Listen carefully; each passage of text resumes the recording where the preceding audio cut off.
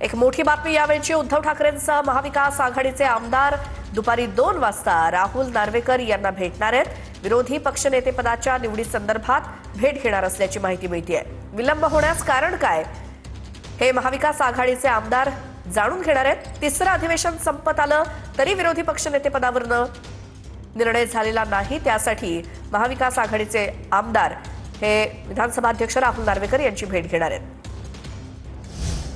आता बातमी कोल्हापुरातनं, तिथे जिल्हाधिकारी कार्यालय बॉम्बनं उडवून देण्याची धमकी देण्यात आली आहे। ईमेलवरनं ही धमकी आली आणि या धमकीनंतर कोल्हापूर जिल्हाधिकारी कार्यालयात सर्च ऑपरेशन सुरू झालंय।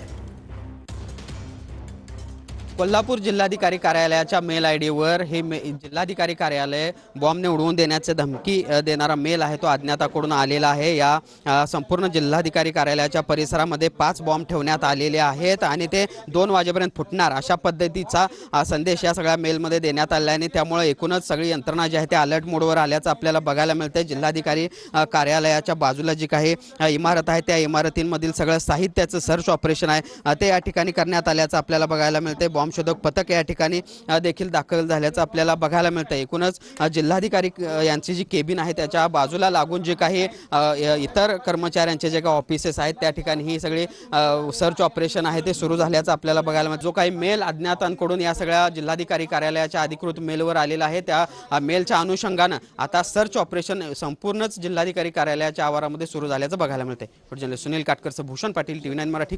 पुढची बातमी आहे, सरपंच संतोष देशमुख हत्या प्रकरणाची सुनावणी 3 वाजता पुन्हा एकदा सुरू होईल। आरोप निश्चित करण्यासंदर्भात वकिलांचा 2.5 तास युक्तिवाद झाला आणि विशेष सरकारी वकील उज्ज्वल निकम हे व्हिडिओ कॉन्फरन्सिंगद्वारे उपस्थित आहेत। आम्हाला वेळ द्यावा, चार्ज फ्रेम करू नये, आम्हाला शेवटची संधी द्यावी, हायकोर्टामध्ये अर्ज केलेला आहे असं आरोपीच्या वकिलांनी म्हटलं। तर असं करता येणार नाही, चार्ज फ्रेम करावा ही विनंती असं उज्ज्वल निकम यांनी म्हटलंय। तर तुम्हाला वेळोवेळी वेळ दिलेला आहे असं देखील कोर्टानं म्हटलं। फक्त 10 दिवसांचा वेळ द्यावा अशी पुन्हा एकदा विनंती करण्यात आली आहे। 16 वेळा आरोपीच्या वकिलांनी कोर्टाकडे ही विनंती केली।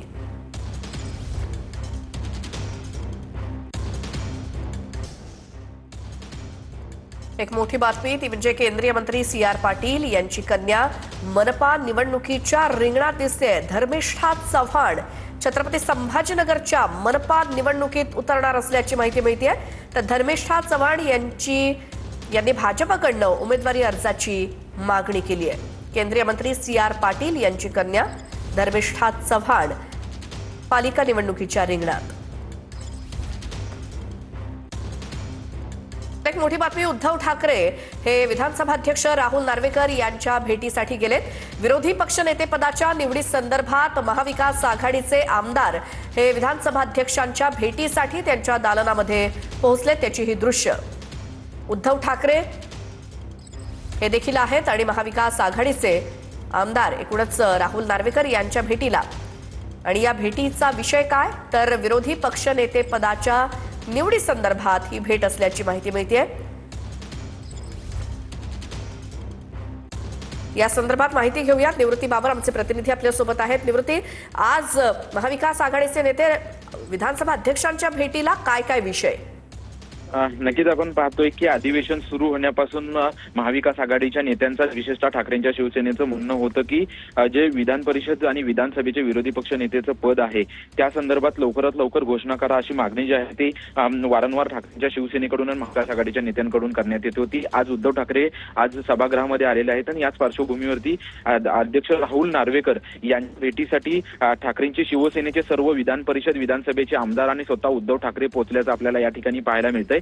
आणि विधान परिषदेच्या आणि विधानसभेच्या विरोधी पक्ष नेत्या संदर्भात या ठिकाणी बातचीत केली जाणार आहे। सुरुवातीला अध्यक्ष राहुल नार्वेकर यांच्यासोबत विधानसभा अध्यक्षांसंदर्भात आणि विरोधी पक्ष नेत्या संदर्भात या ठिकाणी चर्चा केली जाणार आहे।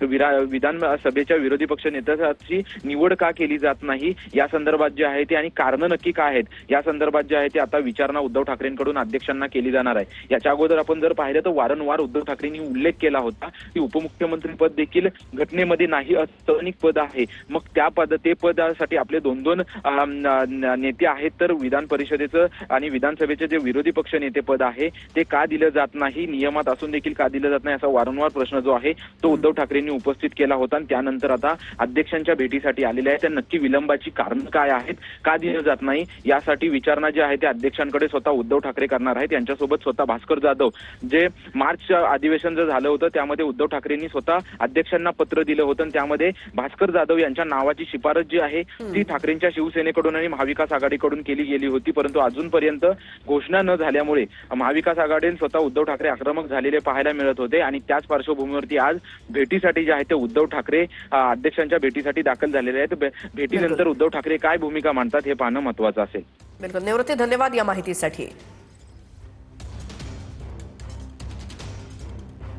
उद्धव ठाकरे आणि काही महाविकास आघाडीचे आमदार हे विधानसभा अध्यक्ष राहुल नार्वेकर यांच्या भेटीसाठी गेलेत नागपुरात. अधिवेशनादरम्यान ही भेट घेतली जाते, कारण अधिवेशन एकावरती एक पार पडतायत. मात्र विरोधी पक्षनेते पदासंदर्भात कोणताही निर्णय झालेला नाही, याच संदर्भात ही भेट आहे.